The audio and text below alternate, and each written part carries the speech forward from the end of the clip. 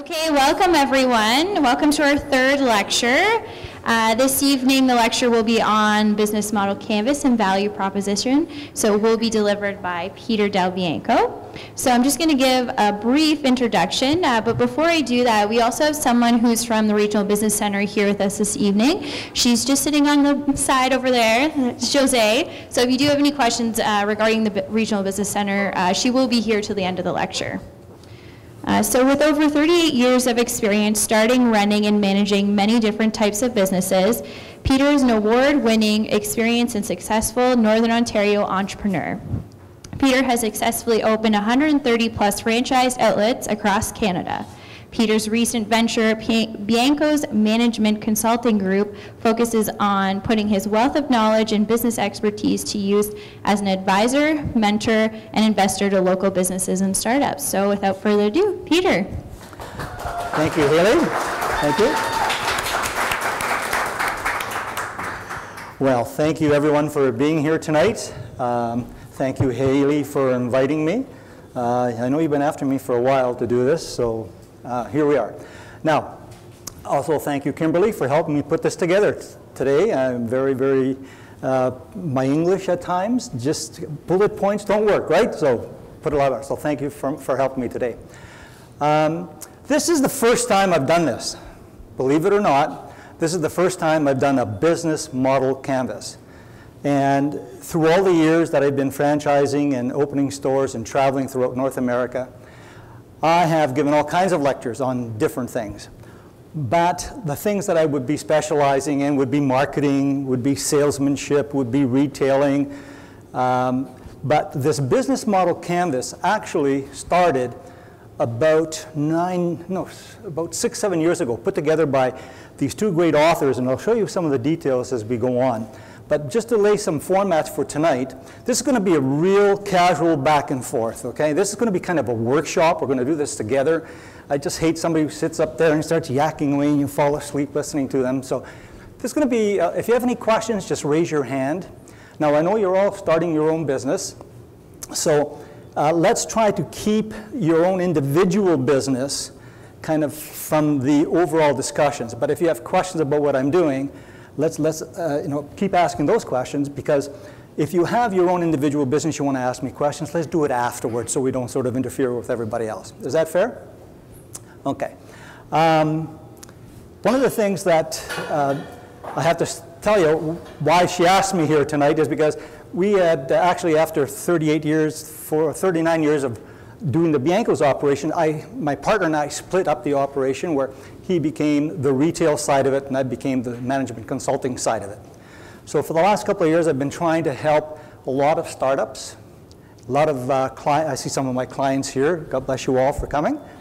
And so the startups that the Entrepreneurship 101 that's been happening right here at the Innovation Mill is that we try to give what we possibly can to all of these experiences that I've had over the last 40 years, how I can help you start your business and grow your business. Back in the 80s, I was involved with a company called Rentrack, which was the national video company where we sold franchises. At one time, we were the largest franchise organization in North America. We had over 750 locations back in the 80s. We actually took the company public in 1986 on NASDAQ. So I've had a lot of training in terms of how to deal with business startups, because we had a lot of new franchisees that were opening up. I've done a lot of sales seminars. I've done a lot of technology tracking, because here, the technology that I was involved with, from the 8-track player, does anybody remember what an 8-track player was? To the cassette, to the VHS, to a beta, all of these things, I've had to sort of really keep my eyes on the future of what was happening to technology. So I really have become quite a pretty good visionary in terms of what's going to happen to technology, and that's how we were able to survive for over 40 years here in Sudbury. And that's why Bianco's still has an incredibly good brand name here in the Sudbury area. It sounds like a lot that I've experienced, but you will learn as you build your business how you do things. You're going to have to learn it all. You are the founder, you are the creator. You're going to have to learn all of these things, because it depends on you. Because if you're going to start and grow your business, it really is up to you, and if you don't do it, you are going to fail. First of all, if you want copies of tonight's presentation, please put your name at the back with your email address, and Haley will get you a copy of the whole presentation tonight, okay? Here at NORCAT, it's called the Innovation Mill. That's part of the Entrepreneurship 101. We're a regional innovation center, and we're linked in with all the other regional innovation centers. And the Mars Discovery District is one of the biggest ones outside of Toronto. Now, it's got one of the most incredible libraries, free libraries, where you can go on to marsdd.com, take a look at their templates, their videos, their articles, their seminars. It covers just about everything from what value propositions are, because we're going to go through this and try to get it all done in 45 minutes, so it might be a bit quick. So you can go in to the Mars Discovery District and take a look at a lot of their videos and their templates and their articles. Tonight's topic is called the Business Model Canvas. It's a name coined by two of the authors in 2009, and it's called a Business Model Generation. There it is. Now, it was created and written by Alexander and Eve, but they had over 470 participants who were able to help generate this canvas. Now, through all my career, when I first started, there was no model canvas. I mean, I didn't even know how to write a business plan. And through the years, as we started getting all kinds of different people inputting that this is the way to create a canvas, this is how to do a business model, they came up with this wonderful, wonderful tool, and it's absolutely a tool.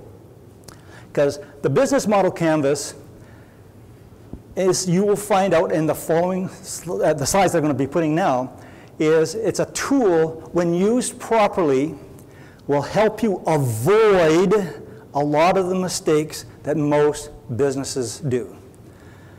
Just the act alone of writing down the thoughts on this canvas, erasing them, starting up again, getting feedback, the tool is actually built into 9 blocks. And as you write down all of your assumptions, your thoughts, your hypotheses, your research, your what-ifs, as you write them all down into this one board and you put all these sticky notes to it, you will find that it allows you to become quite critical at analyzing what you should or should not be including in your business plan that's going to form the basis to how you're going to run your company and build your company. This concept has been applied and tested around the world. IBM, Ericsson, even our federal government has used quite a few concepts about this BMC. So that's what it looks like. That's what it looks like. And we're going to go into these points by point. Now, how do you get started? You get a blank board like this. Simple blackboard like this. And then you take what I've given you on the slide, and you just put in these 9 blocks. Now, I would say the best thing to do is, because you're going to come up with all kinds of different thoughts and ideas, put Post-it notes. If you write in there, that's fine. Make sure you can erase it, because as you go through, this becomes your tool for your business.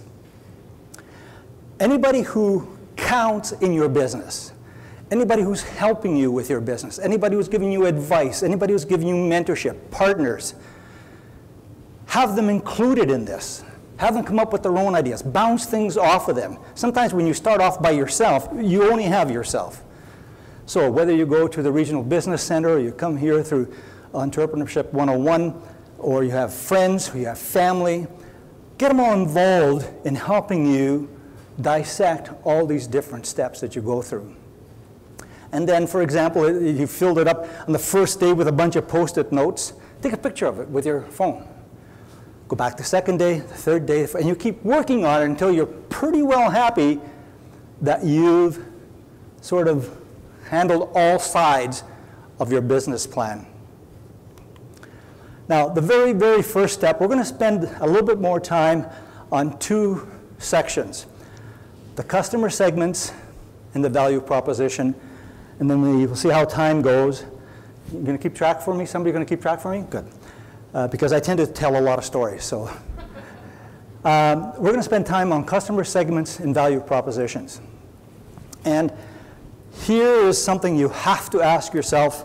The most important part is, who are we creating the value? Who are we doing this for? Who is our market? And that is where you sort of really start asking all kinds of questions. Am I going after the 17 to 35-year-old? Whoops, what did I do? Touched too fast. There we go. So is it 17 to 35-year-olds? Is it 45 to 70-year-olds? Am I doing it for everybody? Who are going to be the potential users? Am I going to be selling business to business? So is it going to be a mass market type deal? Is it going to be a retail store? Is it going to be into a niche market? Am I after certain type of niche markets? Excuse me, whether they're entertainment or they're chemical or they're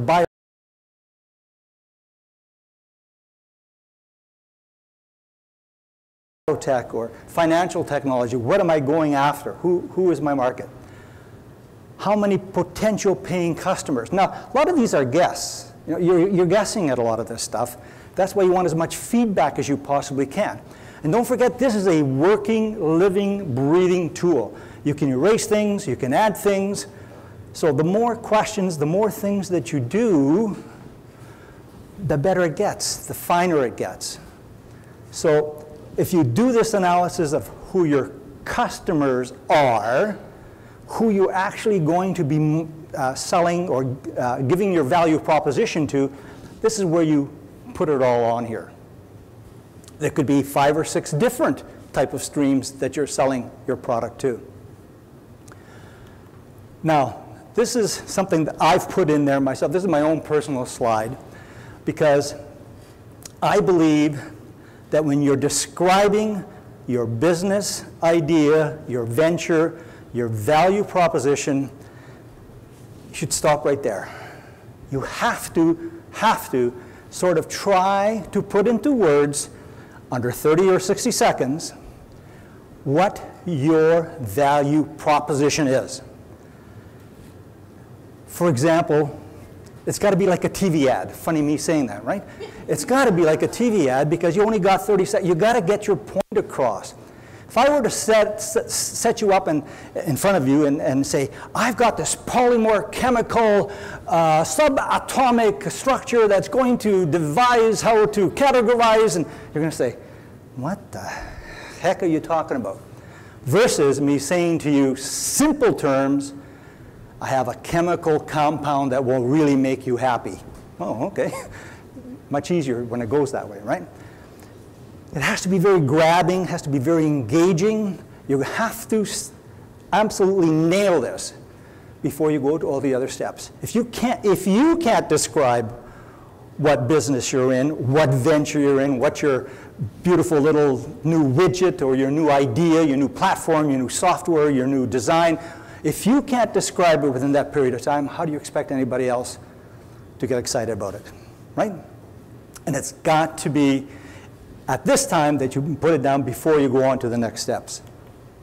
Now, what is a value proposition? We're going to spend quite a bit of time on this value proposition because this is absolutely essential.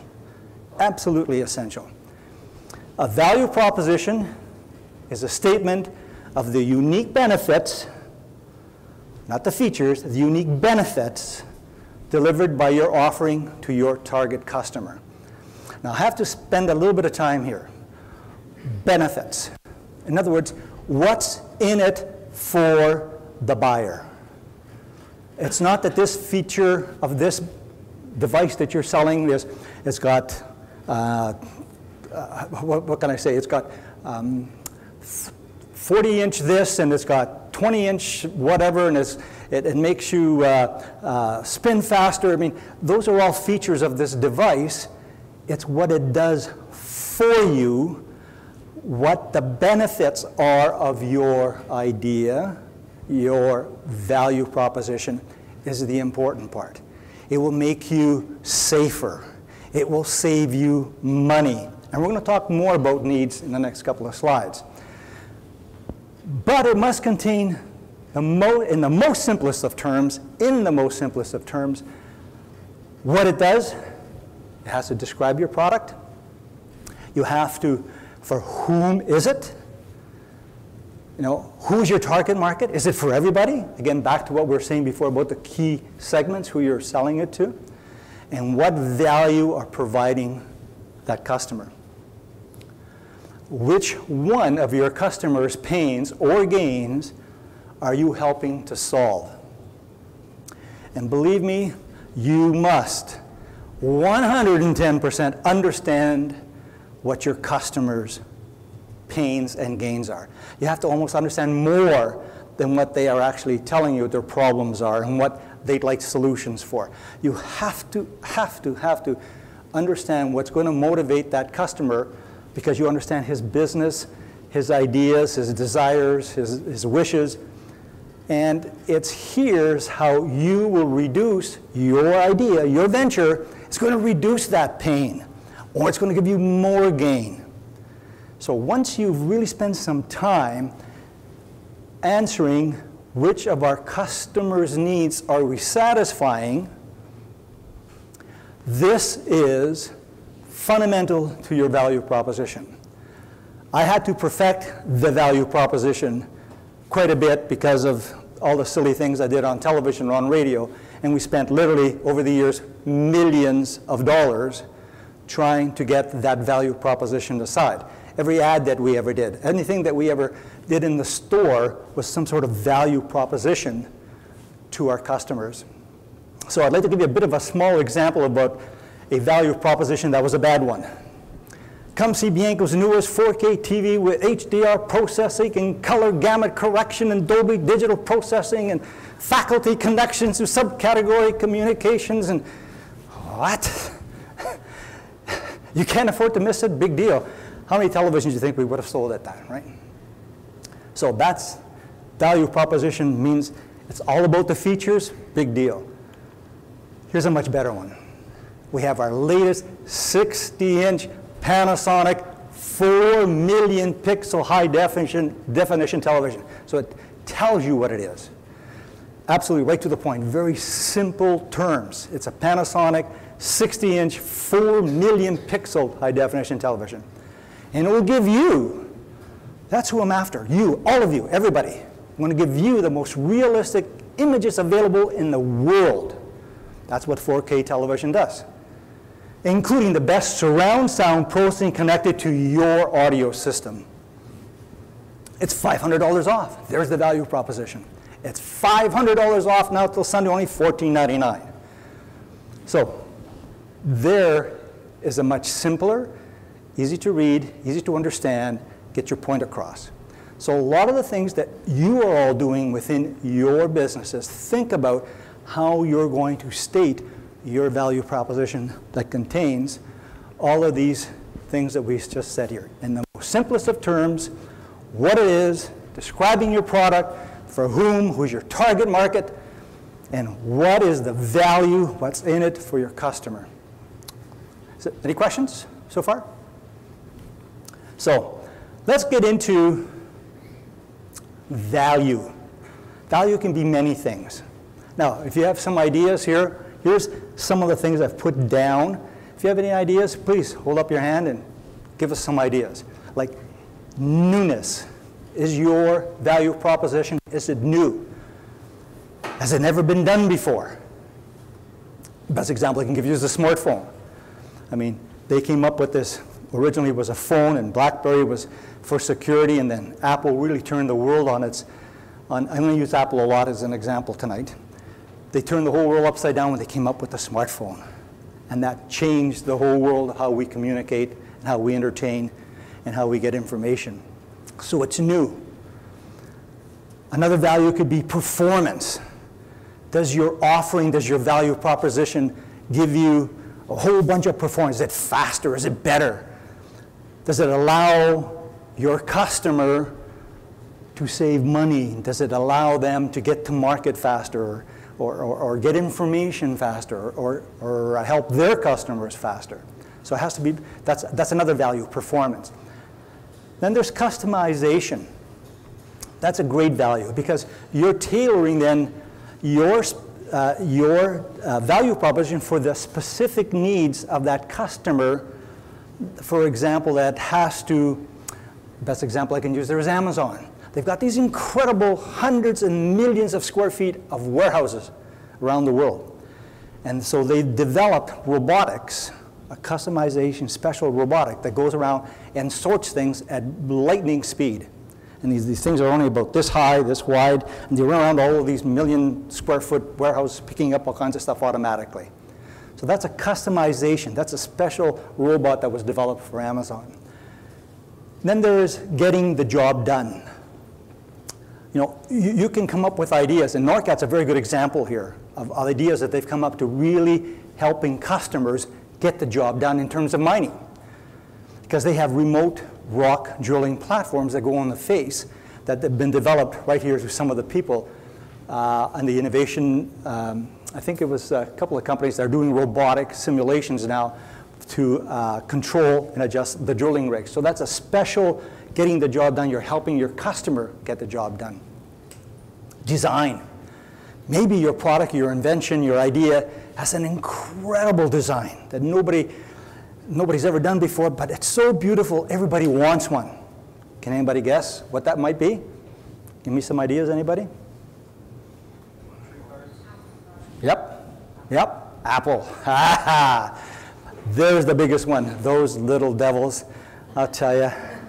All my years, I mean, I watched them right from the 80s when they first started and how Steve Jobs went through all this stuff, and then they finally got to this creation, and I'm thinking, he's done it. He's got such a beautiful design. He's like a crazy maniac, but he produced a beautiful design that everybody wanted to have one. It was really cool. Everybody wanted to have this beautiful phone. The iPod, started off with the iPod, then the tablet, and so he's just an incredible design.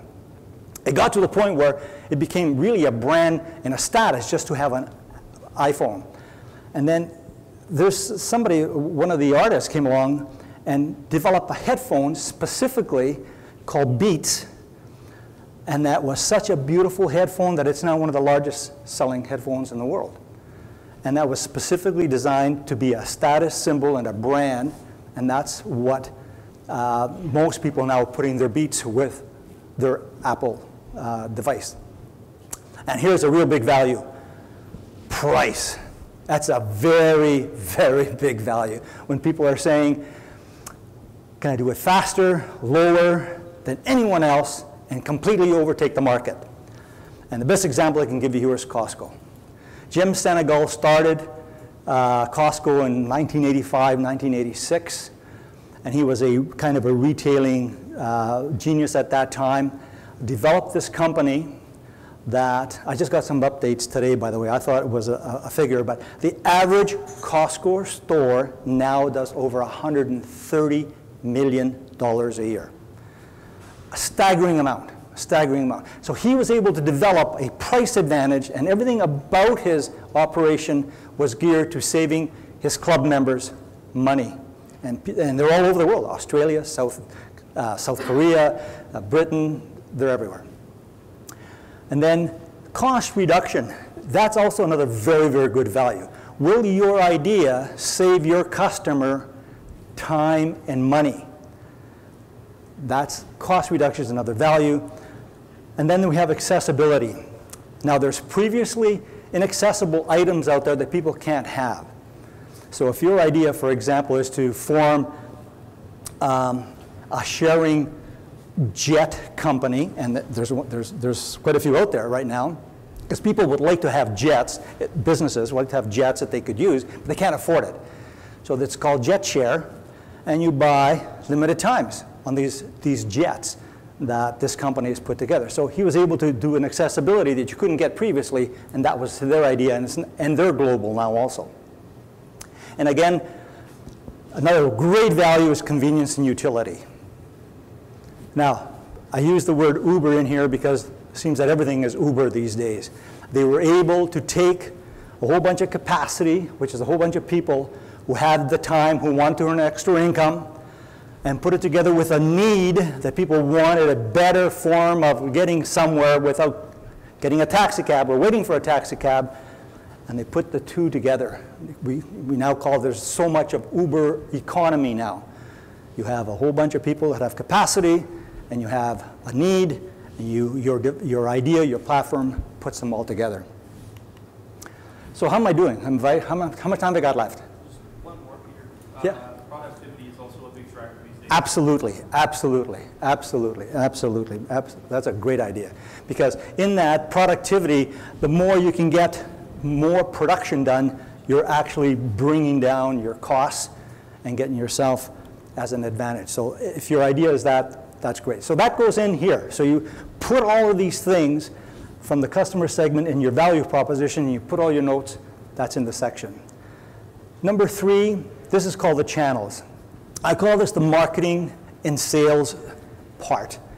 This is how do you reach and motivate your eventual customer to come and buy or use your product. How are you going to reach them? How are you going to get to them? How are they being reached now? Do they sort of go on a Facebook, or are they watching television? How are they being reached now? Through what channels are you going to use? Are you going to be using social media? Are you going to be using televisions or radios or the internet? What works best for your idea? You're going to have to put all these things down in the channels area, which is the most cost efficient. And how are you going to integrate with your customers after the sale? Because once you sell a customer something, if you want them to repeat again, you're going to have to sort of what kind of channel are you going to put in there for them to get back to you? Number 4 is what we call customer relationships. Now, a customer relationship really describes what your customer wants for you to relate to them. For example, your customer may just want to buy something from you. You put your product on Amazon, he buys it, and you don't see that customer anymore. Some customers want you to hold their hand, so you have to have a service department, or you have to have a service desk where people can call up and say, I want you to lead me through this. I want you to explain. I have no problem with your idea. So what kind of relationship you have with your customer is going to be defined in here.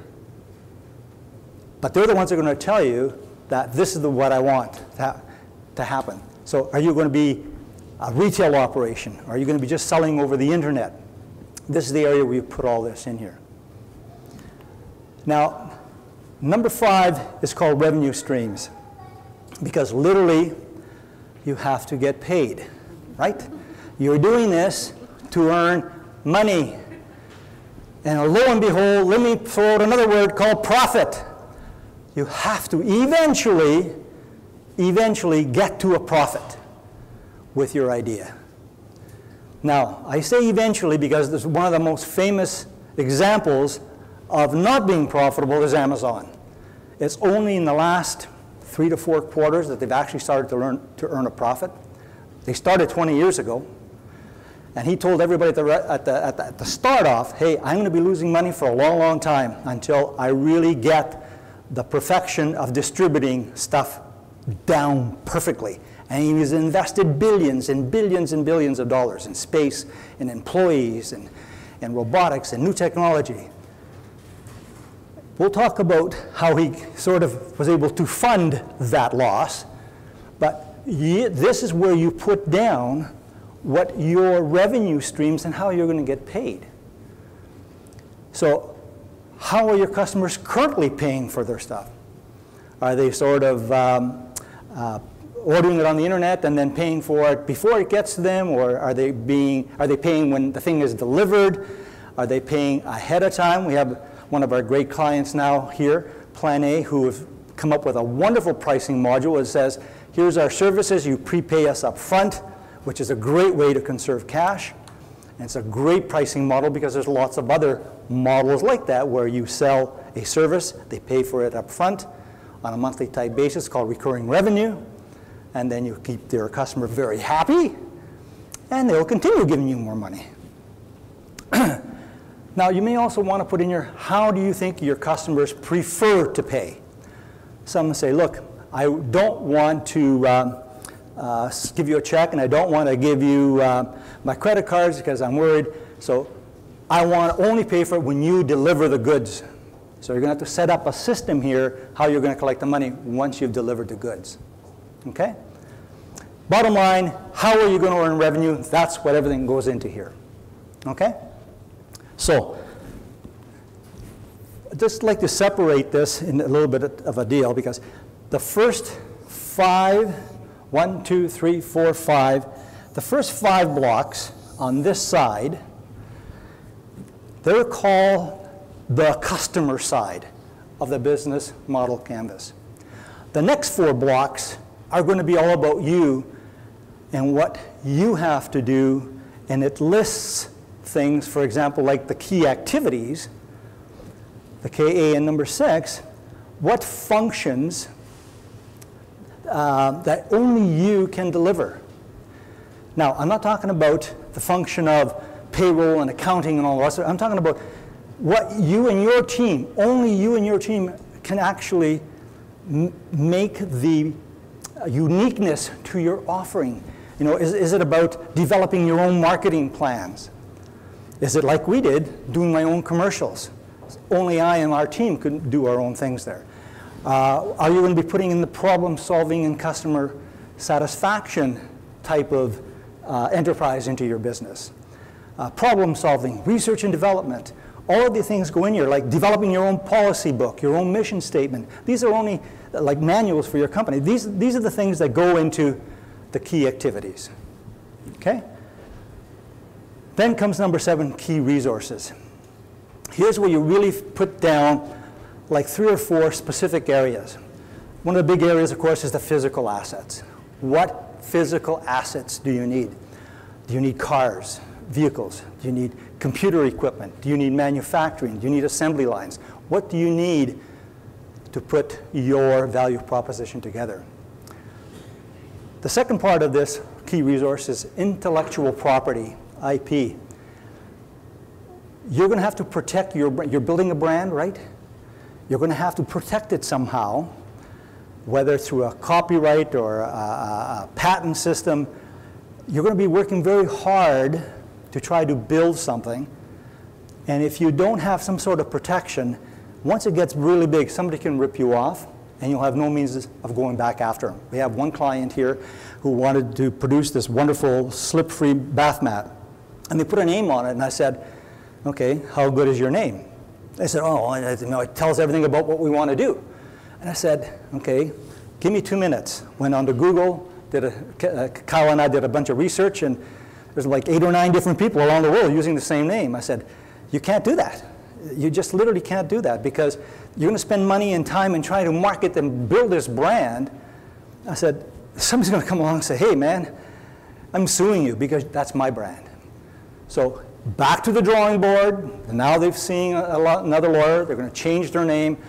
So I'm sure we've saved them a lot of pain and suffering in the future because they have to protect what they're doing.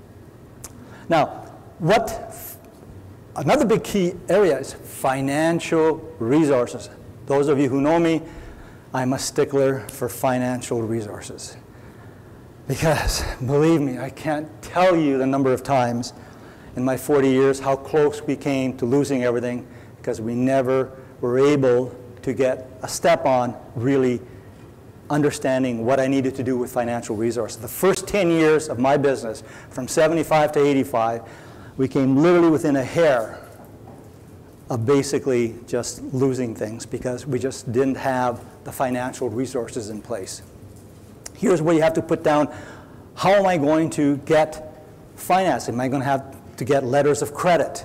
Am I going to have to get lines of credit from the bank? Am I going to have to get some cash somehow? I'm going to have to sell my house. Do I have to mortgage my house? Do I have to beg, borrow, and steal from my parents or angel investors? What do I have to do? Do I have to sell shares in my company so that I can get more money coming in? Do I have to put aside some shares in my company to really kind of get my employees to come on board that we're all going to share in this together? What human resources will you need? Are you going to need web designers, sales managers, accountants, delivery people? What are you going to need? So all of those go into number 7. Number 8 is key partners, partnerships. The building block of any business, any idea, you're going to have some sort of partnership or understanding with somebody. What do I mean by that? Is that absolutely nobody can exist in a vacuum anymore in trying to build a business. You're going to have to depend on a supplier of something. You're going to have to depend on a delivery of something, or you delivering somebody else, to somebody else.